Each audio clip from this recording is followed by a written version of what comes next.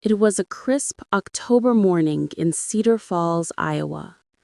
The maple trees had started turning gold, scattering their leaves across the quiet suburban street where Margaret Hollis, 68 years old, lived alone in a small, two-bedroom house with a blue mailbox and a wind chime that never stopped singing. For the first time in weeks, she woke up early, made her favorite cinnamon coffee, and dialed her son's number. Today was Ethan's birthday, her only son. Her fingers trembled slightly as she pressed the buttons. It had been months since they'd spoken, since the last argument that had left her crying by the window, clutching a framed photo of Ethan, his wife Claire, and her two little grandchildren, Liam and Sophie. The phone rang twice before she heard his voice. Hello? Her heart lifted. Ethan, sweetheart, happy birthday! There was a pause, a long one. Then, coldly, he said, Mom, we don't celebrate with you anymore. For a moment, the world went still. She blinked, unsure if she heard him right. What do you mean, honey? He sighed. Claire doesn't want the kids confused. We've talked about this. You can't just call like everything's fine. Her voice quivered. I just wanted to wish you... Mom, he interrupted, his tone firm. Please stop.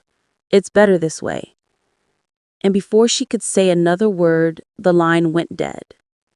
Margaret sat in silence. The coffee had gone cold.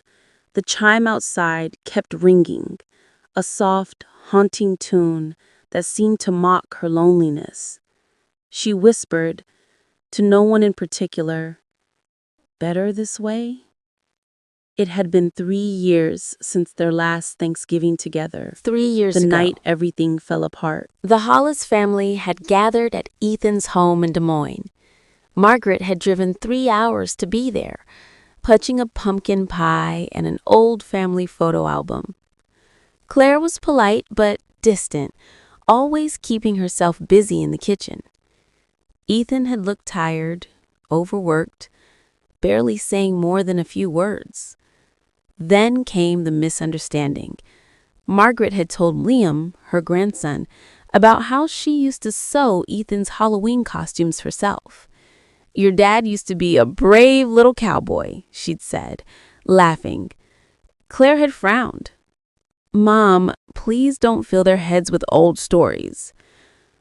Margaret was taken aback. They're just memories, dear.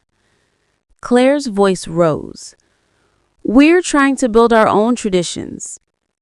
Ethan tried to calm things, but when Margaret quietly said, some traditions are worth keeping, Claire snapped back, like the one where you decide everything for everyone else. The words hit hard, too hard. Margaret's heart broke that night. She left early, pie untouched. Ethan didn't stop her.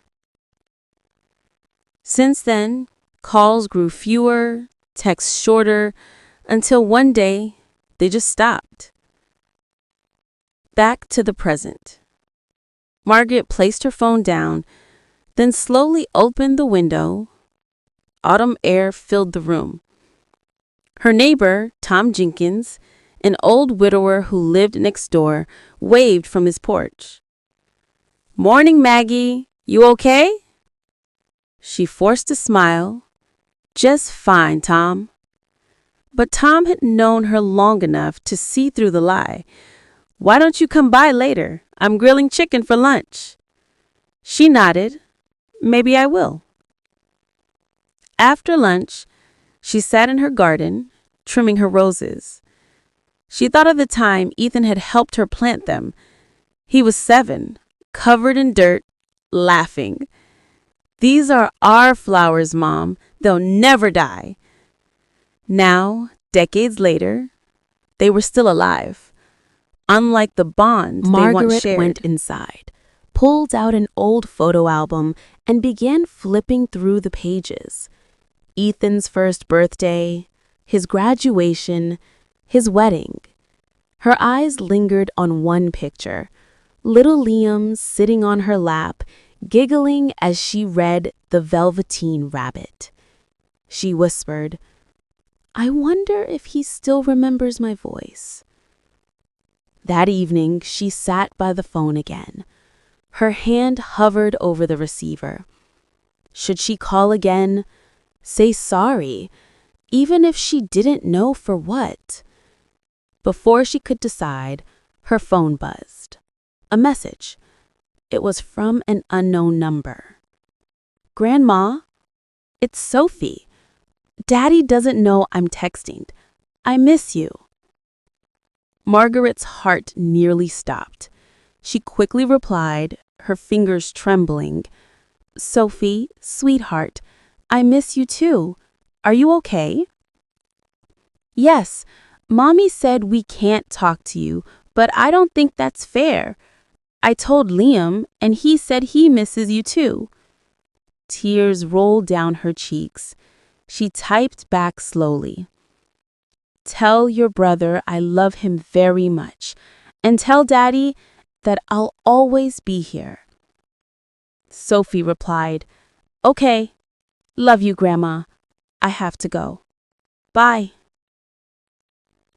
Margaret held the phone to her chest and sobbed, tears of pain and love all mixed together.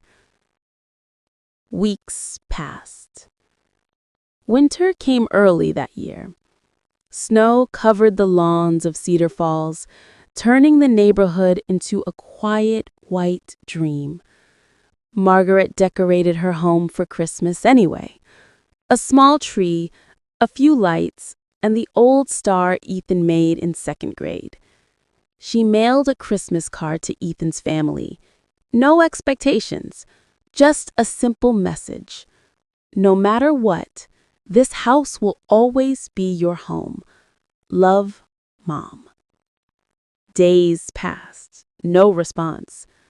Then on Christmas Eve, as she was preparing her simple dinner, there was a knock on the door. She opened it and froze. There stood Ethan, holding a small gift bag, snowflakes melting on his jacket. For a moment, neither of them spoke. "Can I come in?" he finally asked. Her voice cracked. "Of course." Inside, he looked around, the same curtains, the same couch, the same scent of cinnamon coffee. Everything was as he remembered.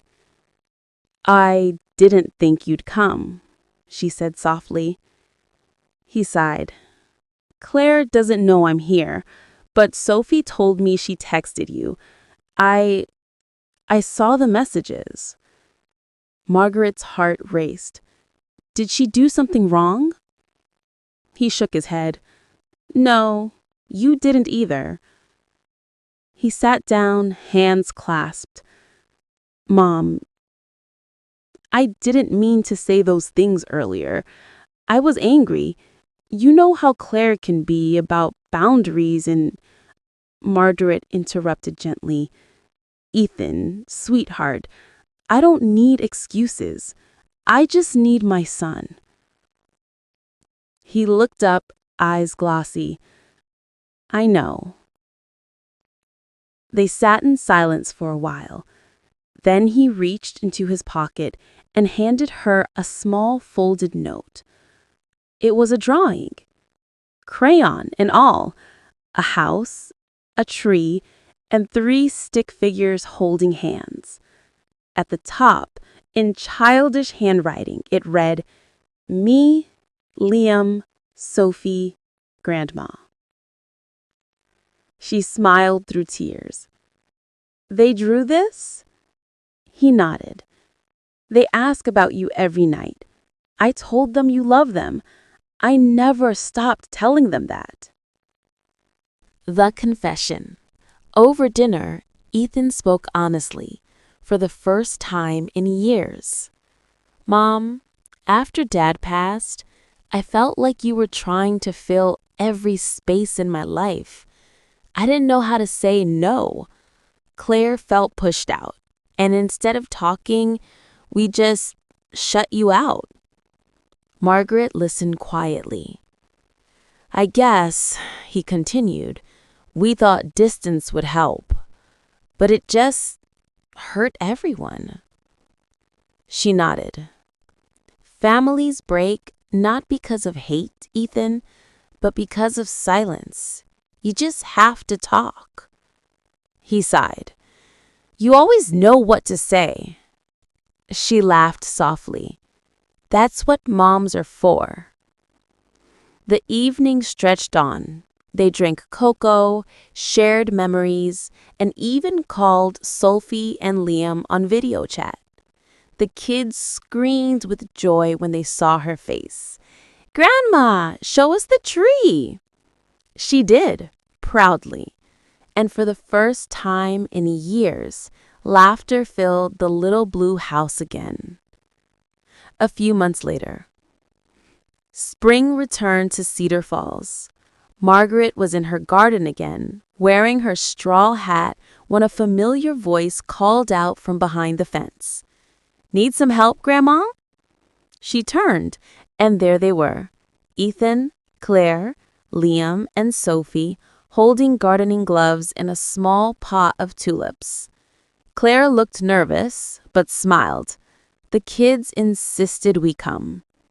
Margaret smiled back. You're always welcome. They spent the afternoon planting, laughing, and eating cookies.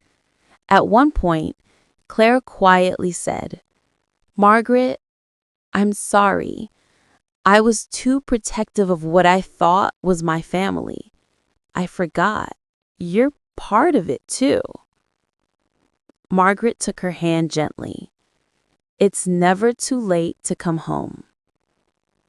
1 year later, every October, Margaret now gets a call. Early morning, before her coffee. It's always the same cheerful voice. Hi, Grandma. Guess what day it is?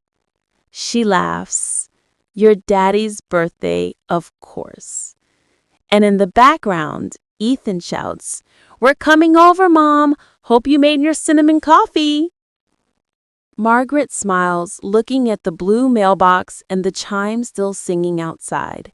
This time when it rings, it sounds like asked later what changed, Ethan would always say, it wasn't one big thing, just one small call, one voice that refused to give up. And Margaret, she'd simply smile and whisper,